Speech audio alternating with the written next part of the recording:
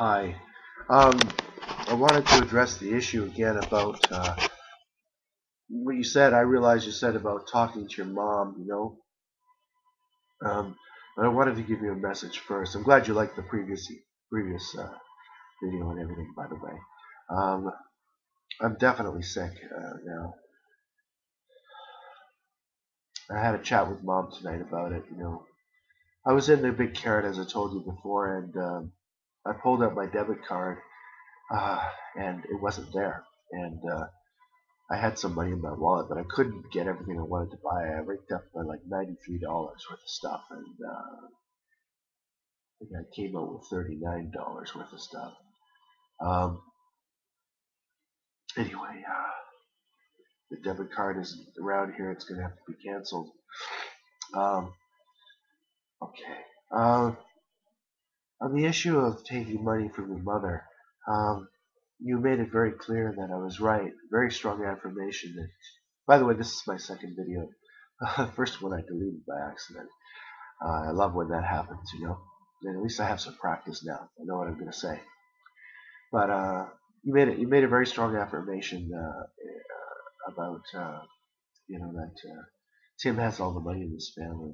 I'm not only concerned about that. There's many aspects of this I'm concerned with. Um, obviously, if your mother doesn't have the money, yes, definitely, and or I mean, Tim has exponentially more.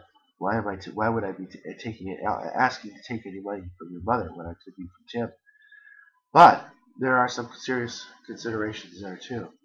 Um, if Tim sort of made me that offer, which he hasn't, he bought me the Kindle, but unfortunately, I can't really take a straw right now and suck vitamins and minerals out of the thing of carrot juice, um, which is what it would be good for now more than anything. Um, and although he made me the offer, he didn't make me an offer of anything. Like he didn't say to me, "Well, is there anything you need or anything like that?" I mean, maybe, maybe at the time we talked that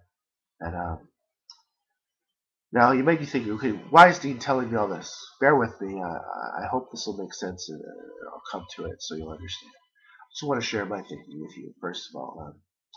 So, although Tim didn't make me the offer, sorry, the last thing I was saying was that the last time Tim and I talked, I don't know where he may not have thought that I needed anything, and maybe I did. But anyway, I was in the big trip the other day trying to pay for stuff I couldn't pay for, and I walked out with some of it, like I said. But there's another aspect of this which concerns me even more. Like for instance, the money. Let's cover that. If Tim said to me, right, if he said, well, Dean, it's a few $100s. Don't worry, I can cover it. Let's just get over. Let's just get it. Let's just get it on, and that kind of thing. And it really didn't phase him one way or the other. Then I could understand that, and I could feel better about getting on with it. But unfortunately, Tim has already left me in some moral doubts about where he. What I mean is where he stands uh, with me, or in fact with someone like you, on a moral issue. Maybe Tim feels that if I dug myself into a hole, that I should be digging myself out of it, and that he's already done enough in that regard. It's not really so much unlike what my parents are thinking right now, actually, but there's obviously more to that that I could expand on. But I yeah, I did get the sense in talking to him that he didn't understand anything about my life. And why would he? Okay, as a guy who I've spent many hours. You talked about going to bed thinking about what we talked about last night, right? Well, I've spent many hours thinking, trying to understand Tim, and I never will, because there's really so much that's different about him in terms of him getting his act together at a very early age and having the confidence to do so. And I'm perplexed well, how did you ever do that with your dad? And he says, well, I would just, if they had ever stood in my way, I would have just laughed at them. I left a note when I was 17 years old. I'm going to Saskatoon, see you later, whenever, this kind of thing. And I could never imagine that kind of independence. My dad had me in so much control at that age.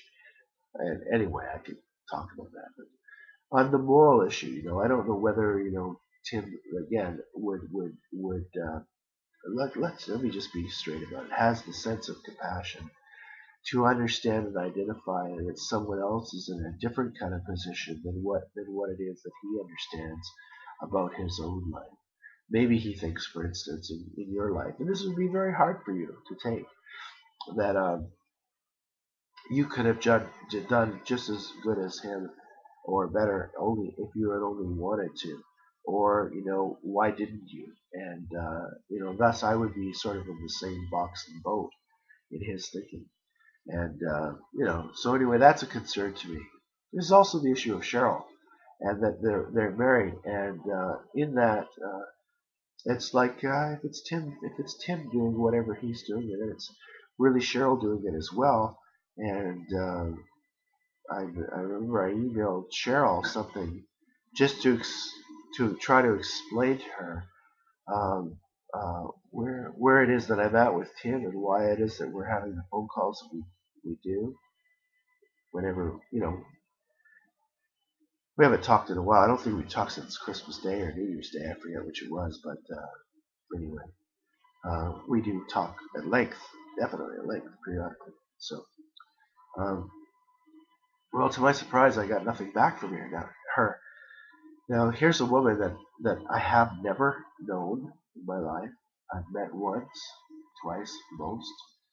Um, I'm sick, seriously going through problems, and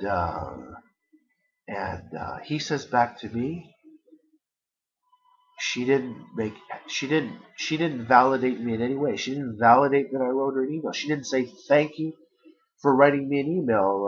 I'm sorry I can't do anything to help you, or I'm sorry for what you're going through. We're praying for you, or nothing, nothing. It was just like, so you're left even asking the question: did she ever even get the email, or what did she receive? And so Tim said, well, she didn't respond because there was nothing to really respond to. Well, what did I just finish saying? I mean, uh, so I was left with my next thought, which is, hey man, I'm still like a person here. I'm still like going through whatever it is that you're thinking collectively, him or her or both or whatever. I'm still going through what I'm going through as a person, and that was the part for me that was left out. So I guess again I'm coming full circle. Is that he may really not see that, you know? Like I don't think it's so far-reaching as to say that the state of religion today, in a lot of ways, if I have to go to this length to make my point, is that you choose your course in life, and if you don't choose God, or you don't choose the right way, the way that He chose, then you're up for whatever judgment comes your way, and you were given the choice, but you chose against it, and so therefore it was your fault. Like, in other words, very simple black and white things that you could, like Jerry Falwell did when he was alive. Like AIDS is God's punishment on America. And then that's what you call just exploitation. Like, and it's an exploitation of a thought process against the weak and the vulnerable. Like, I mean, what Magnolia, when she came here, this is the Spanish woman I was talking about, did, she comes here and does the exorcism and everything, but makes her own conclusions that I'm full of sin. Now, she never said what my sins were, right? She didn't say them because she doesn't know. She doesn't know because I haven't told her, because we never talked about it. So how would she know, right? But because it says in her Bible that, I don't know, suffering is because of sin or whatever, then I must be loaded and filled with sins, because that's just exploitation against humanity. That's just using Bible verses in the Bible uh, and to vantage point, and so the strong can be stronger, and I'm sorry, so the weak can be weaker. is the way that I see that. And she probably is puzzled by the fact that, okay, my time is going to run out very soon. I want to relate another little story that sort of, and I'm not sure how it connects to what I just said, but I told it in the last video, and I want to tell it again here. One of the videos that my dad brought over with him at Christmas in his little box was a Circle Square video when I drove the car in their little show, the electric car. I mean, when I was like 13. And I was all very excited about that because, these television stars that I used to see and watch, I would be meeting finally, Ruby and Glenn. Glenn didn't show up. I didn't know who was going to show up, but Ruby was the one that showed up and managed the whole scene, and parked their mobile on our driveway on a hot sunny day and sank the whole driveway. There was tire tracks in the driveway. It sank the whole driveway. My dad had to repair it all. I guess we had money then. And anyway, never said a word. And they said they would give us call us when the show was being aired. They never did. They never had any regard and consideration for us at all. In fact, they were completely different people from the people that I saw on the TV. If there was more than one, certainly Ruby was. And so as excited I was to meet her, that's how disappointed I was when I finally did meet her. The kid that was interviewing me, this black boy that was a regular on Circle Square, they couldn't get him to cooperate at all. He was a major passive aggressive, and he kept saying the same lines as you will see in the video. Wow, wow, wow. He didn't know what to say. And they had to coach him, take him aside, discipline him, get rough with him, get mean with him, whatever. I mean, it was real. So I remember something was going on. It was really weird. But actually, I was the same way. When it came, my dad gave me specific instructions about the car, and he said, "Don't let the battery run low, and if it does, you don't listen to them. Make sure you charge it, and this and that. This is just part of the deal. You have to do this."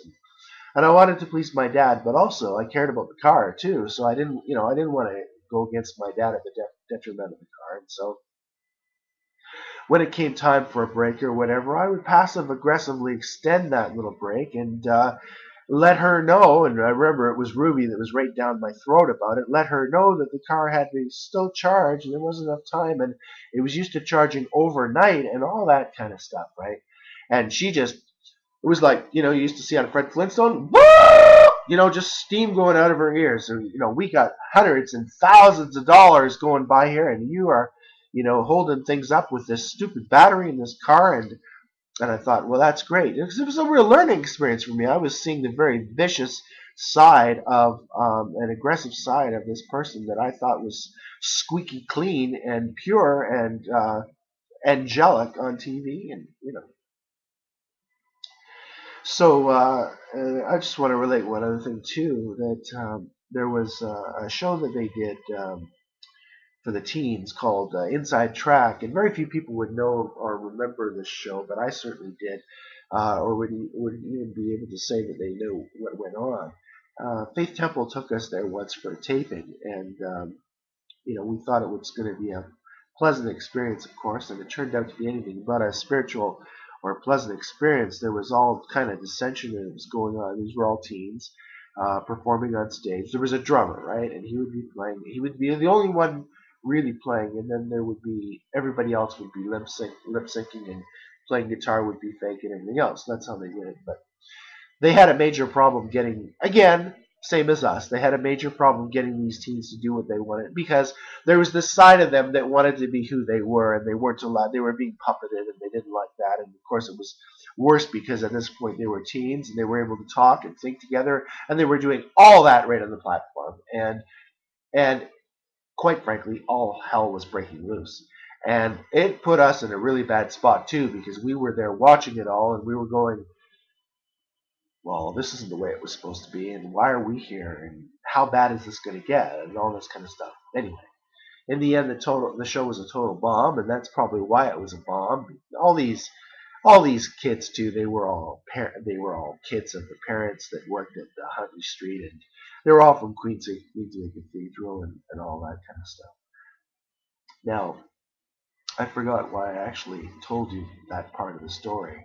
Uh, but I'm out of time again anyway. It's 14 minutes, 45 seconds here. So, well, I'll end it now and say I'm glad you liked the last video. Thanks for listening to this one. I'll be back to you with more of of this in the future. And thanks.